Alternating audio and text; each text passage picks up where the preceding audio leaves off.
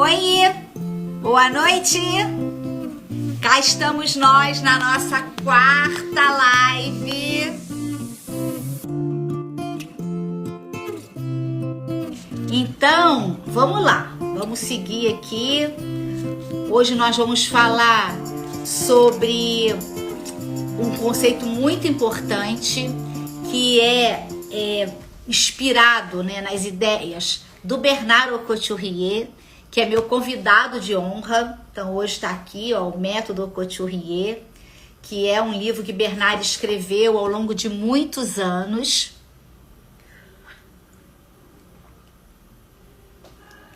E que faz uma síntese da prática Couturier. E nesse livro, Bernard dá uma ênfase aos fantasmas de ação e à prática com a criança. E quando a gente pensa, né, nesse tema Mimbali, a gente imediatamente volta, né, às primeiras experiências do bebê. E vocês podem reparar que as 4 lives, né, que eu vim fazendo, as 3 e mais essa agora, dão ênfase a esse período originário do desenvolvimento do bebê, aonde nessa fase pré-verbal a criança vai constituindo o seu psiquismo, constituindo sua identidade, estabelecendo seus vínculos socioculturais, descobrindo o mundo, onde ela começa a andar, aonde ela começa a balbuciar e depois a falar. Esses 18 primeiros meses da vida de uma criança é muito importante para todo o seu desenrolar futuro.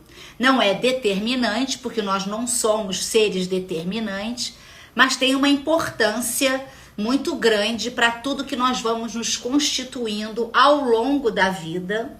Como diz o Winnicott, entre esses 2 períodos, né, que entre o não estar vivo, né, antes do nascimento, né, antes da gestação e depois da morte, né, então esse período de concepção, gestação, parto e vida, né, até a morte, é um período de muita construção.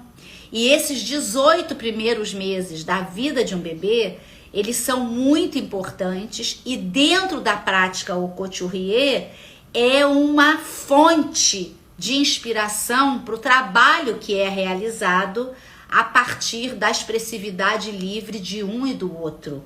Então, o trabalho da prática Couturier é ajudar a criança a fazer este retorno, né, por uma via indireta a estes primeiros 18 meses da sua vida, né, para que ela possa, através de um brincar espontâneo, ir, ao mesmo tempo, atualizando o seu mundo fantasmático e atenuando suas angústias, que são, na verdade, os 2 grandes objetivos do brincar espontâneo. A brincadeira espontânea tem como marco principal a possibilidade de permitir à criança, através da dimensão simbólica, atualizar seu mundo fantasmático e também atenuar suas angústias.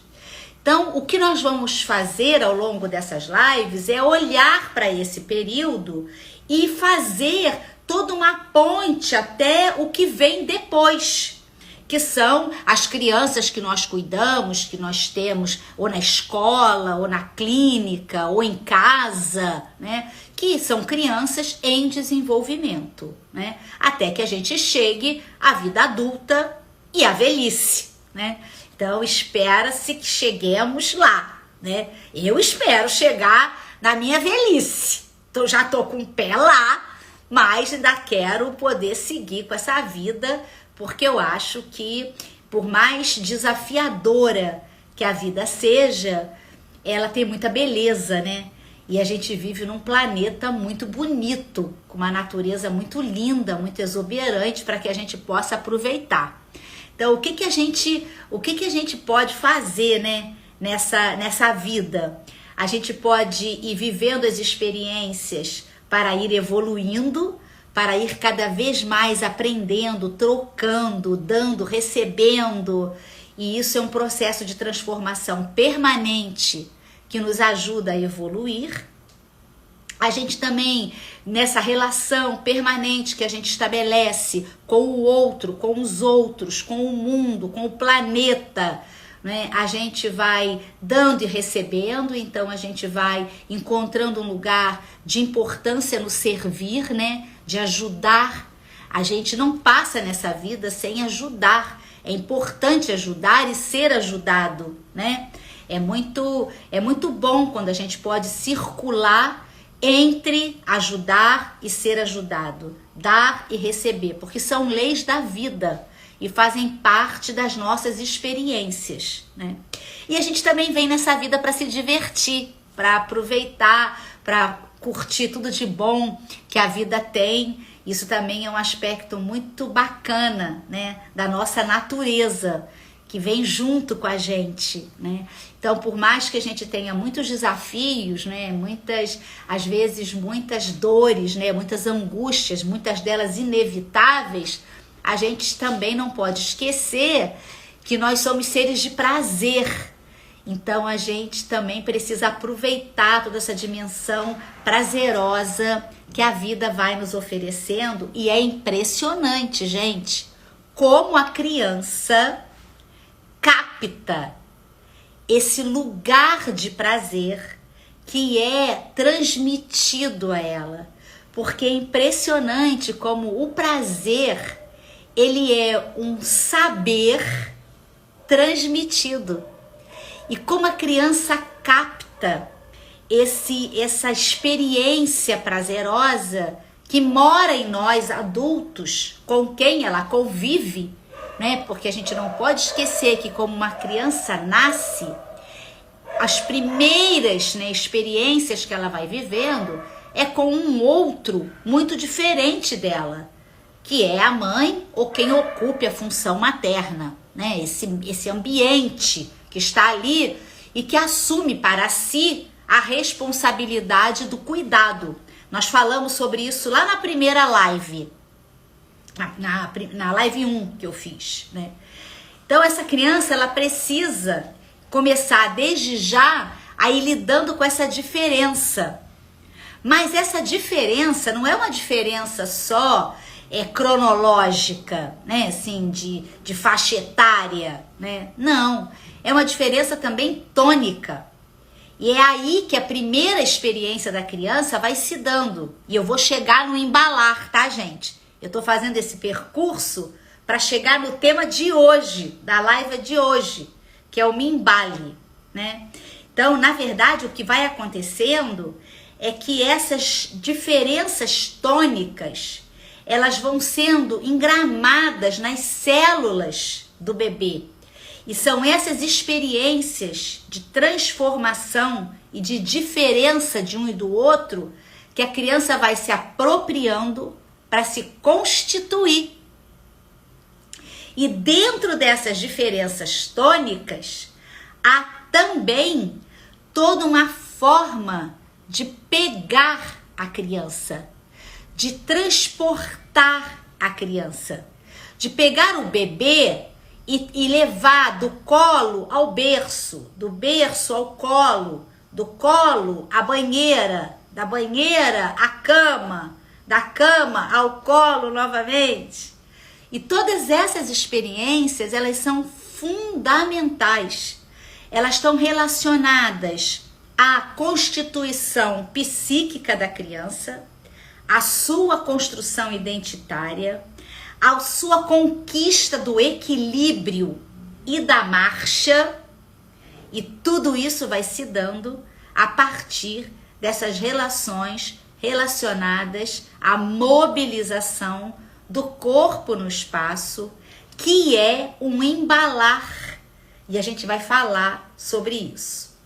Queria saber se nós estamos indo bem, queria saber se vocês estão me escutando, as pessoas que foram entrando agora. Essa é a nossa 4ª live de uma série de 7, e hoje eu tô começando sobre uma demanda da criança, da infância, que é o tema da nossa série de lives, não é? Então, hoje nós estamos discutindo o mimbale.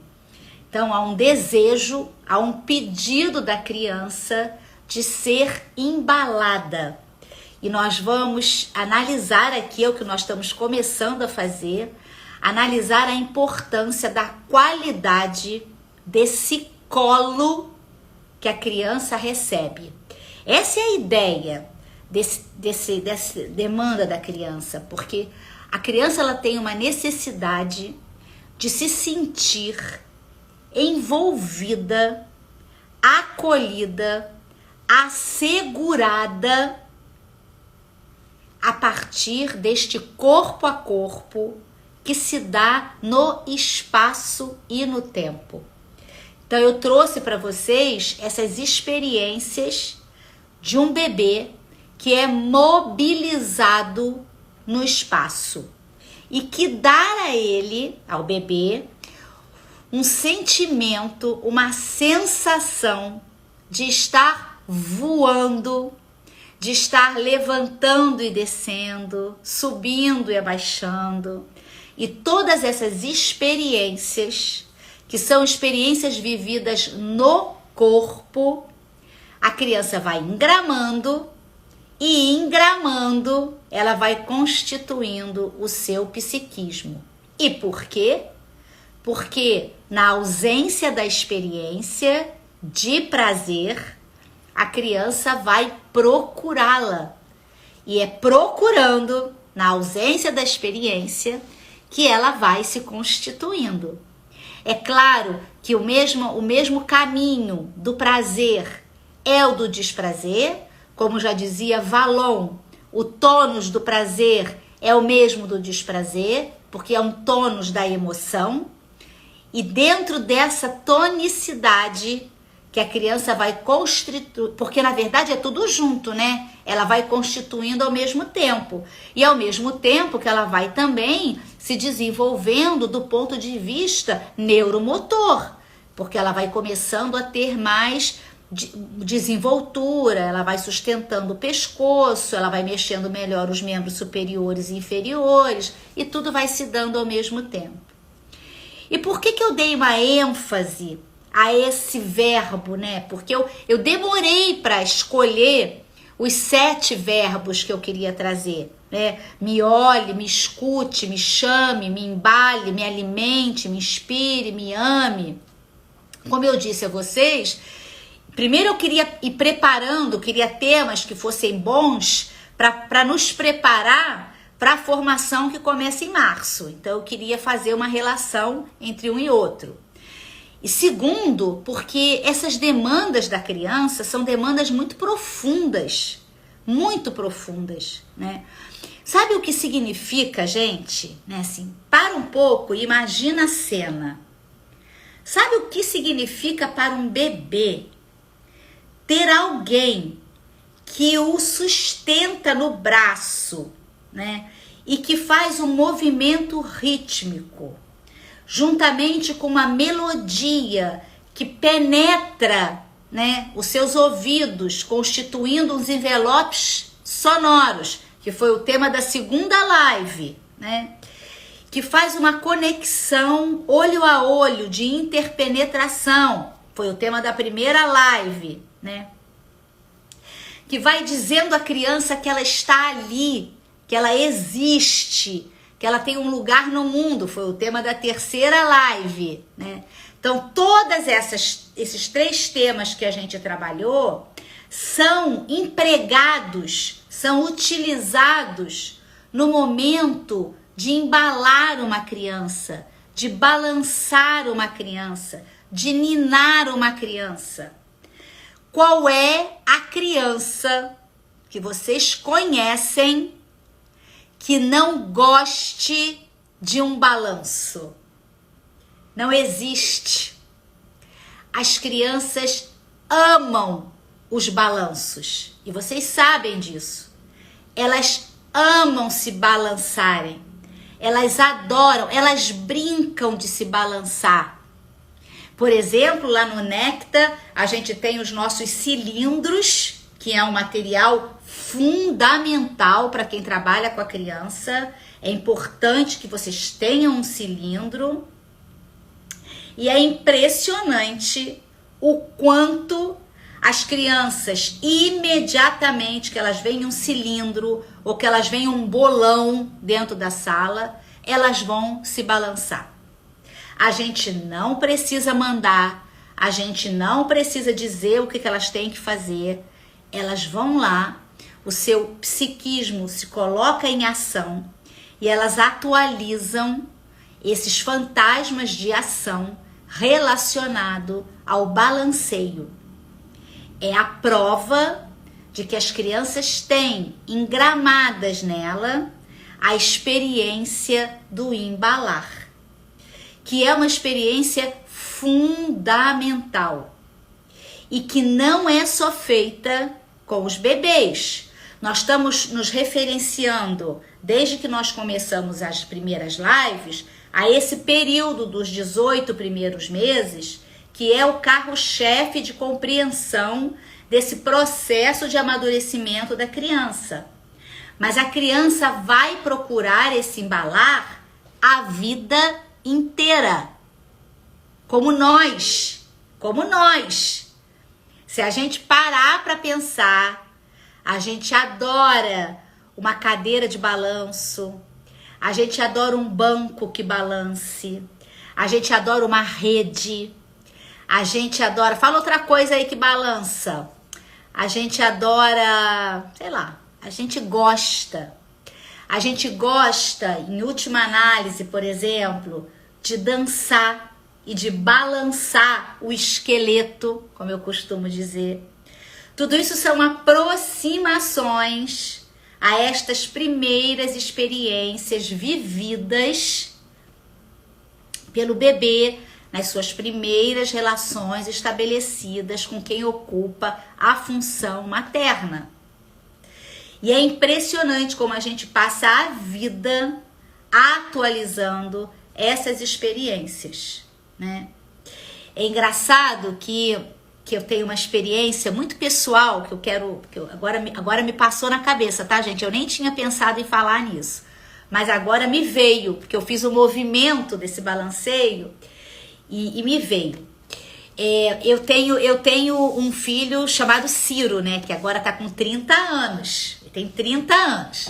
Mas quando o Ciro tinha 4 anos, o Ciro teve uma doença muito séria, autoimune, que na época era muito pouco conhecida. Hoje ela é muito mais conhecida. Na época era muito pouco conhecida. A gente ainda nem tinha a tecnologia que a gente tem hoje, né? De botar o Google não existia.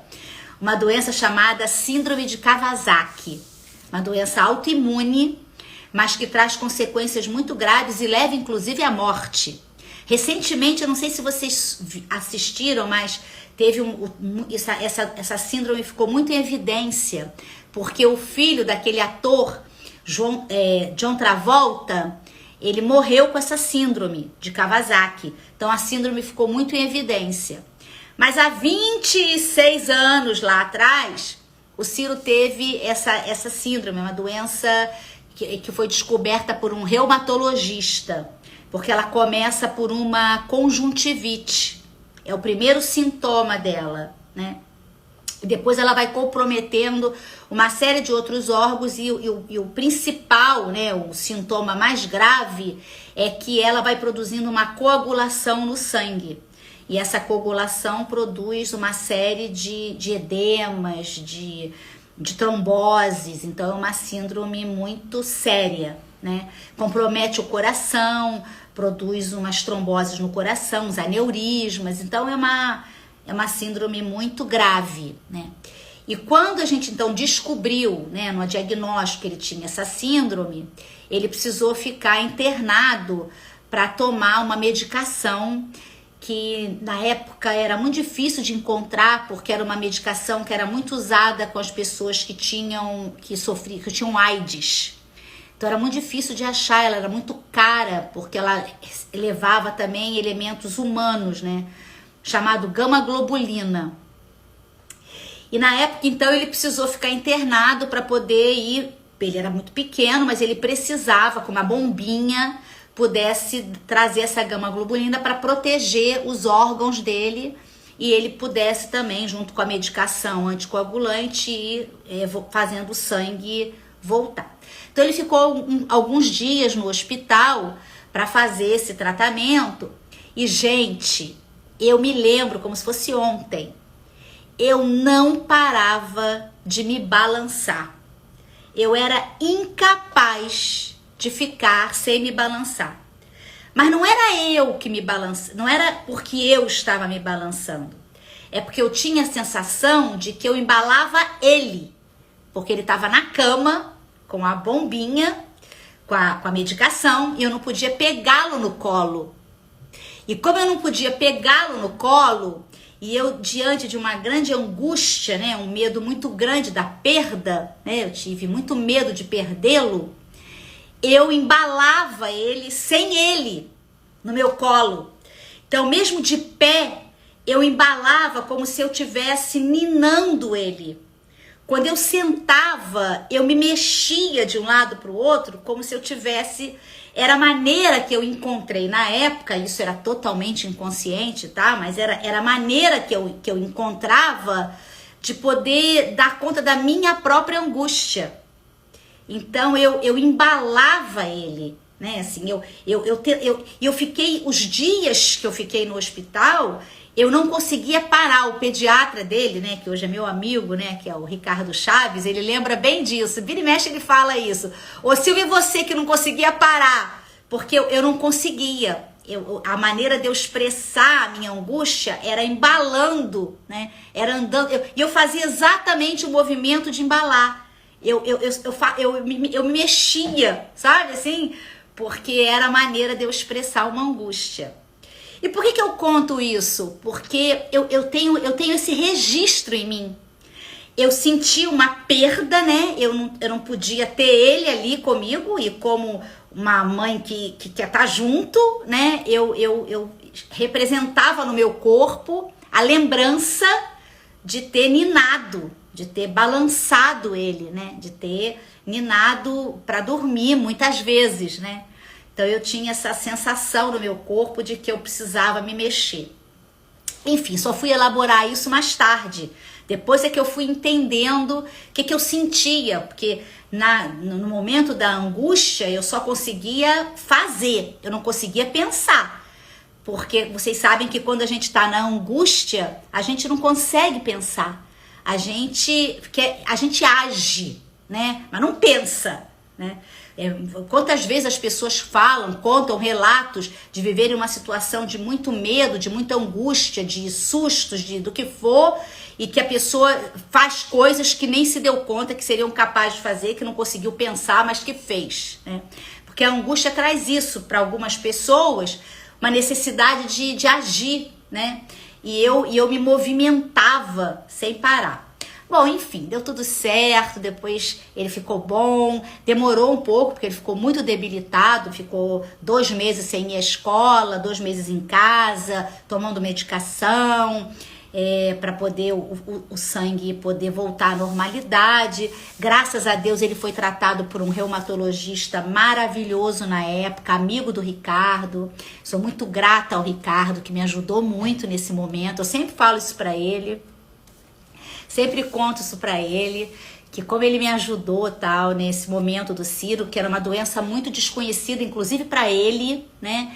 Ele tinha tido um contato uma vez no hospital, enfim. E esse reumatologista veio, nos ajudou, conduziu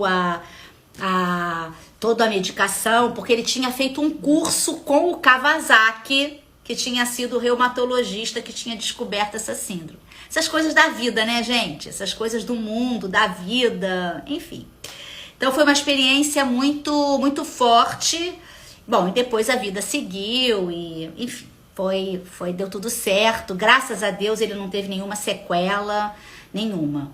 E aí, 2 meses depois, o reumatologista deu alta a ele pôde voltar para a escola, ganhar peso de novo, se recuperou e hoje está aí, é um homem lindo, saudável, enfim, passou. Foi um momento difícil, mas passou. Assustador, mas passou.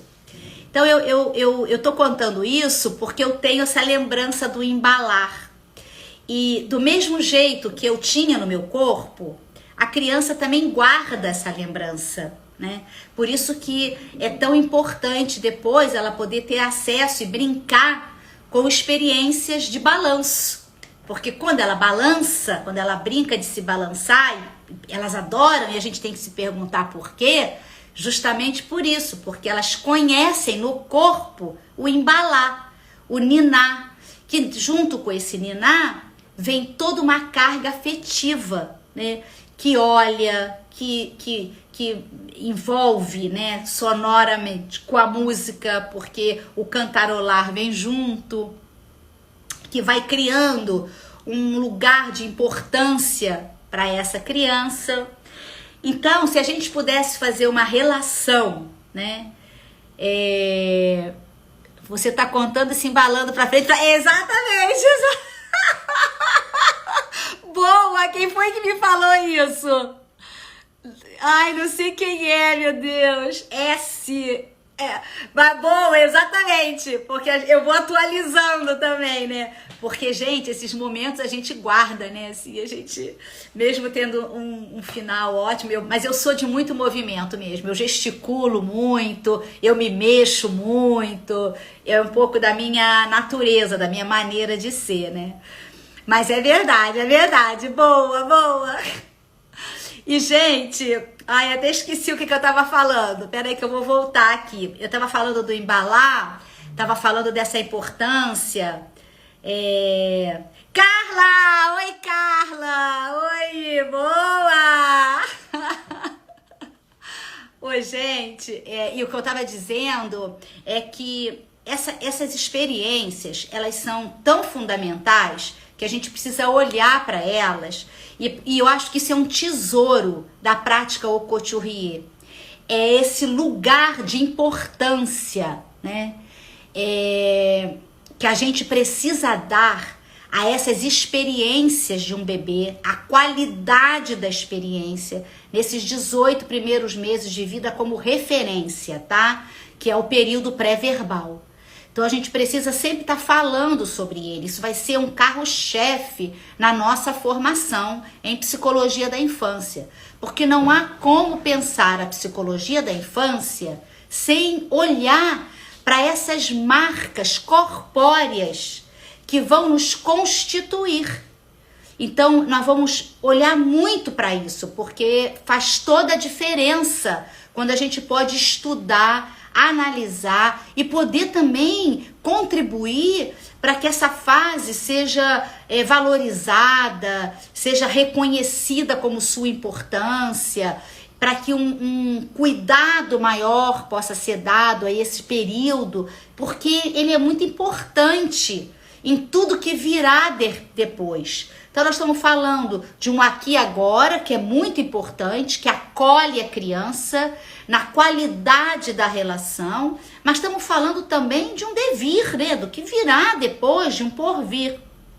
Então eu acho que isso é uma pérola da prática Ocochurrier e é carro-chefe da formação, né? Então, por isso que eu estou escolhendo esses verbos de ação para essas lives, hoje é a quarta, para que a gente possa ir cada vez mais dando ênfase ao estudo dessa etapa, desse período, que ele é muito importante, né?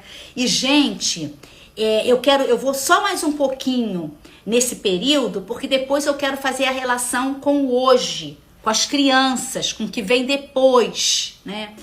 E é muito interessante a gente pensar que essa sustentação que segura a criança, que se conecta à parte posterior da criança, é fonte de asseguramento, que é um outro conceito, carro-chefe do estudo que a gente vai fazer da psicologia da infância. Nós precisamos falar e muitas vezes sobre os processos de asseguramento, porque esses processos de asseguramento, nessa fase, nessa etapa que eu estou chamando de pré-verbal, desses 18 primeiros meses, esse asseguramento que vai fortalecendo a criança do ponto de vista identitário, do ponto de vista narcísico, do ponto de vista constitutivo, é a base de tudo que virá. Então, o que eu estou falando agora é que dentro da ideia do Minbali como uma demanda da criança, esse lugar de sustentação que se dá entre o braço que sustenta e as costas do bebê, cria um campo de asseguramento fundamental para o desenvolvimento afetivo da criança. Então, a qualidade da sustentação, a maneira como a gente pega um bebê no colo, a maneira como a gente toca nas costas do bebê, são fundamentais para criar este campo de confiabilidade. E nós necessitamos, que nem do ar que a gente respira, de campos de confiabilidade.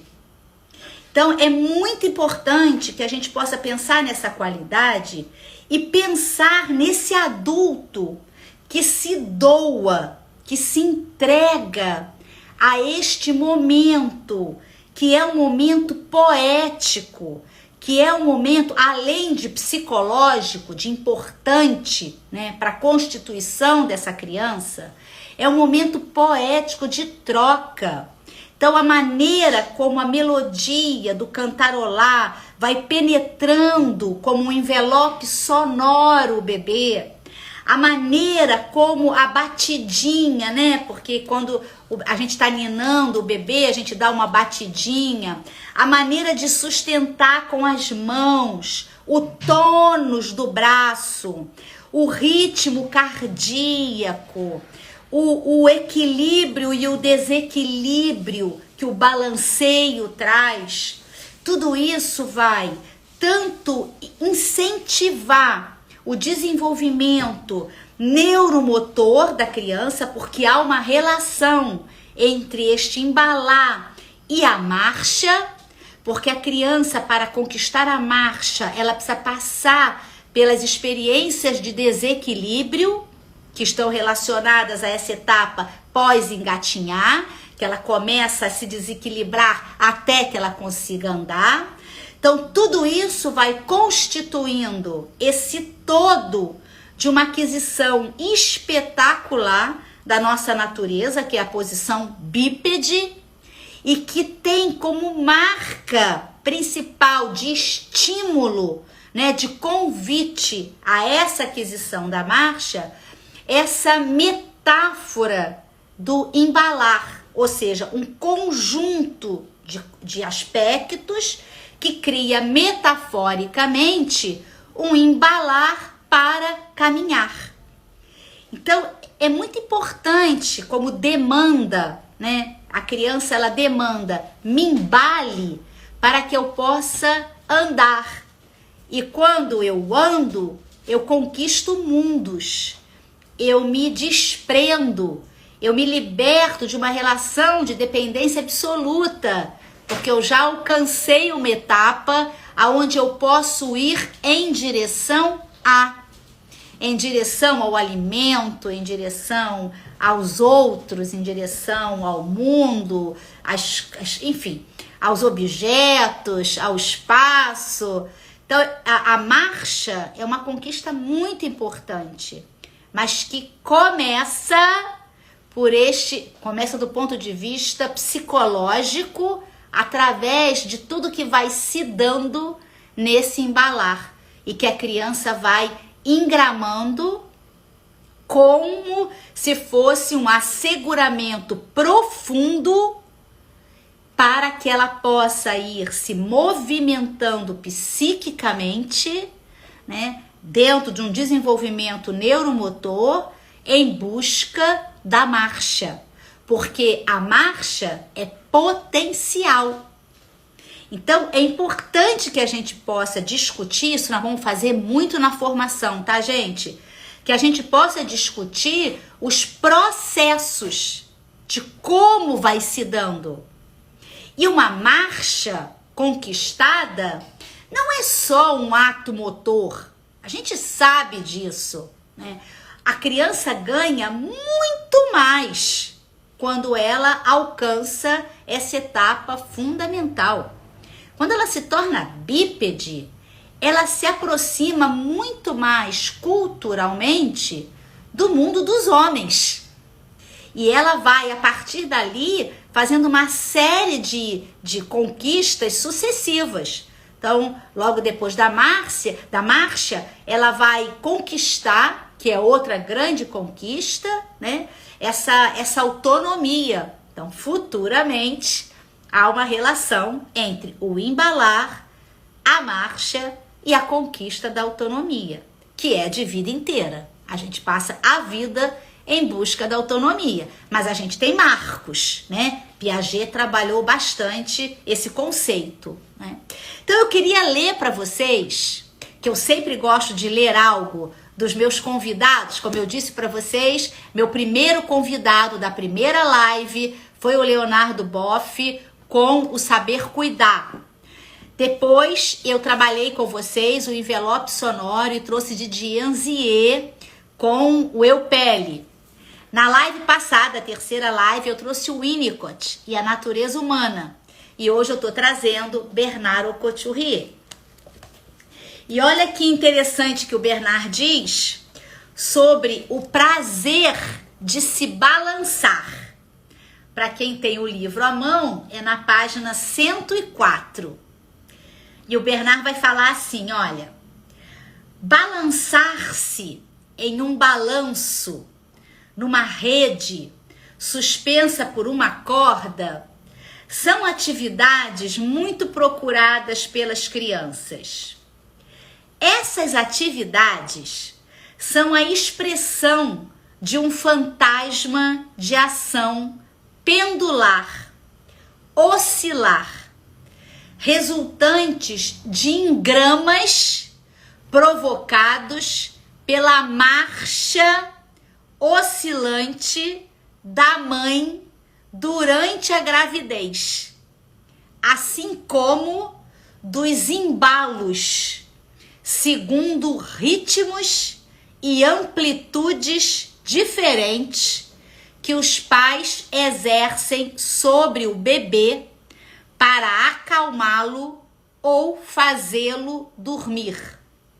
Frequentemente, o prazer do embalo ocasiona o prazer de um desejo de regressão, desejo de ser envolvido pelo ritmo e de se deixar levar pelo desejo inconsciente de se perder no corpo da mãe. Página 104, 105 do método Couturier, Fantasmas de Ação e Prática Psicomotora. Então, gente, viu como o balançar, como ninar é fundamental para a criança? Viu como a gente precisa valorizar, falar sobre isso? Sabe o que acontece, gente? Na prática, e agora eu vou fazer um gancho com a prática, tá? Depois eu quero ouvir vocês, tá? Mas sabe o que acontece? É que, na verdade, essa etapa desses 18 primeiros meses, ela passa muito rápido. E a criança vai crescendo e ela vai fazendo novas conquistas, vai descobrindo novas brincadeiras. E é por isso que eu disse que a prática Couturier ela é muito preciosa. Porque ela tem um compromisso com essa etapa psicomotora original da criança. E é ali que a gente está quando a gente está lá. Então a gente está, por exemplo, brincando com uma criança de 6, de 8 anos. Então a gente está ali no aqui e agora de uma brincadeira, seja ela qual for. Mas quando a gente compreende toda essa teoria dos fantasmas de ação, a gente faz uma ponte direta com essa etapa. E quando a gente faz essa ponte com essa etapa, a gente vai ajudando muito melhor a criança a atualizar este mundo fantasmático e a atenuar as angústias inevitáveis que a criança vive neste mesmo período. Então, prazer e desprazer caminham juntos. A diferença é o quanto de um e o quanto de outro. Então, eu acho muito linda essa teoria. E eu acho que a gente precisa falar mais sobre isso, dar ênfase, né, a esse tema. Por isso que eu digo, se vocês conhecem profissionais da infância que podem se interessar por esses temas, encaminha para eles. Essas lives vão ficar salvas no Instagram do Necta. Então eu acho que isso pode ser muito bacana. Vocês conhecerem pais, mães que têm crianças pequenas, eu acho que é importante que eles entendam a relação que existe entre o embalar uma criança, porque hoje é o tema da vez, embalar uma criança e tudo mais que virá. E como o embalar está diretamente relacionado ao asseguramento profundo da criança. Então eu acho que vale a pena a gente poder falar sobre isso. Queria saber, gente, que tal, se eu me fiz entender, se vocês me acompanharam, se o tema foi muito denso, se vocês gostaram, de 0 a 10, o que vocês acharam do tema, porque semana que vem a gente vai falar sobre outra demanda da criança, que é me alimente.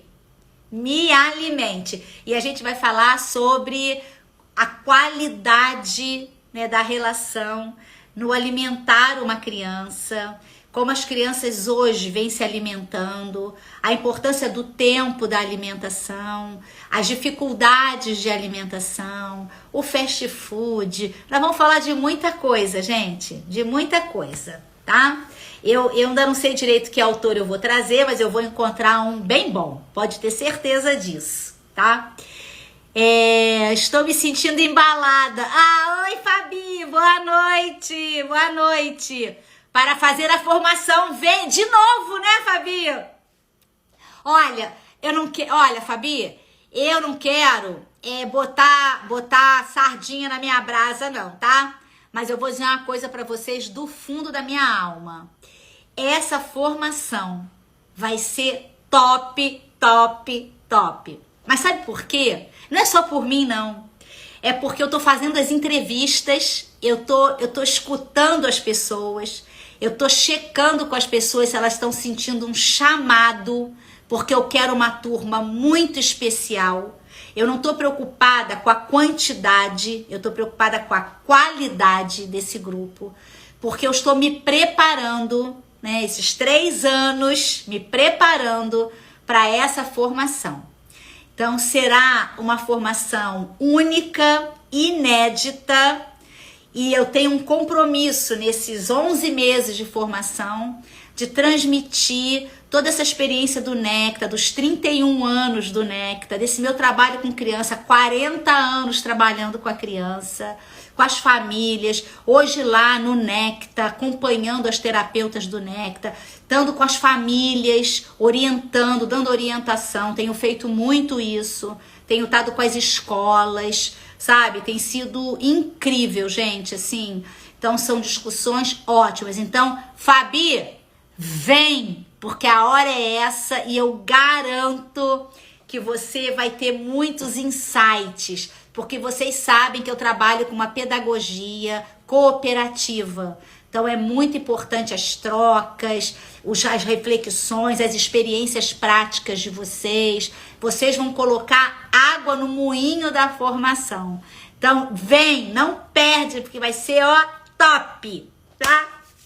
Oi, gente, olha, queria saber se vocês têm alguma pergunta, se vocês querem fazer algum comentário, se vocês querem me dizer alguma coisa, porque semana que vem a gente vai continuar, ó, sobre alimentação. Até lá vocês podem ir pensando o que significa alimentar uma criança, o que significa comida para nós, que lugar a comida ocupa na nossa vida, do que a gente gosta, como é que a gente come. A gente vai falar sobre tudo isso. Vai ser muito legal, sabe? E a verdade é também que as crianças hoje estão se alimentando muito mal, sabe? Assim, e não é só pela qualidade do alimento, não.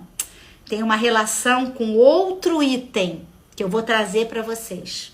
Vou fazer uma relação que talvez vocês nunca tenham pensado, tá? Por que as crianças estão tendo problemas alimentares? Ou para mais ou para menos, tá? Eu vou trazer um item para a gente discutir aqui. Então não percam, convidem os amigos para participarem da próxima live, quarta que vem, às 21 horas, tá? Pessoal, de 0 a 10, o que vocês acharam dessa live? Que vai ficar salva, tá? Então, se vocês acharem que tem alguém para mandar, pode mandar, tá? E quando a criança não vive bem esse embalar, a pergunta é mais para reflexão. Eu acho que esse embalar, ele, a princípio, ele é fonte de prazer. Se a criança não está vivendo bem, pode ser, como hipótese, a grosso modo, que tenha algo a ver com o processo de asseguramento. Eu acho que ela está insegura por alguma razão. E é por isso que ela está vivendo mal o embalar. Porque, a princípio, as crianças se entregam ao embalar. Elas amam serem embaladas. Se algo não está indo bem, é porque o processo de asseguramento está precisando de revisão. Isso a grosso modo, tá? Mas há uma relação estreita entre o asseguramento e de quem assegura, né? Então, talvez a questão esteja em quem está embalando essa criança, que tipo de qualidade de afeto está sendo transmitido, que momento de vida essa pessoa está vivendo, porque a princípio as crianças amam, elas pedem. Por que a criança vive pedindo colo? Por que a criança adora colo? Porque elas ficam muito asseguradas, muito pelo colo, né? Então é precioso. Que pode ser desde o momento da gestação? Pode, claro que pode. O processo de asseguramento começa na gestação. Ele ganha presença no mundo após o nascimento. Mas é lá que ele começa, sem dúvida nenhuma. E as ultrassonografias, as ressonâncias vêm mostrando isso, né? Bom, tem o ritmo de cada um, é verdade, né? Às vezes nem sempre é ajustado ao do bebê, então é uma troca rítmica, é um ajuste, e a gente sabe que existem adultos que se ajustam melhor às crianças que outros, tem adultos muito desajustados, extremamente desajustados, a gente vê muito isso na clínica, as crianças ressentidas por pais que não conseguem um ajuste com a criança, né? Então isso acontece, é verdade, tá? Então eu acho que tem um ajuste rítmico muito importante. Existem pessoas que são muito habilidosas, né? Muito habilidosas com o manejo com a criança no corpo a corpo. E existem adultos que são muito inábeis, muito. Eles precisavam de uma formação. E na formação, gente, só para vocês lembrarem, nós vamos ter vivências técnicas. Não é só a vivência pessoal de autoconhecimento. A gente vai ter trabalhos técnicos, justamente favorecendo o ajuste com a criança, tá? Beijo, pessoal, olha, um beijo grande, obrigada, tá? Por vocês estarem aqui comigo. Mandem a live para quem vocês acharem que podem se beneficiar. Tchau, pessoal. Até semana que vem. Me alimente. Tchau. Um embalo para vocês, ó. Um embalo. Tchau.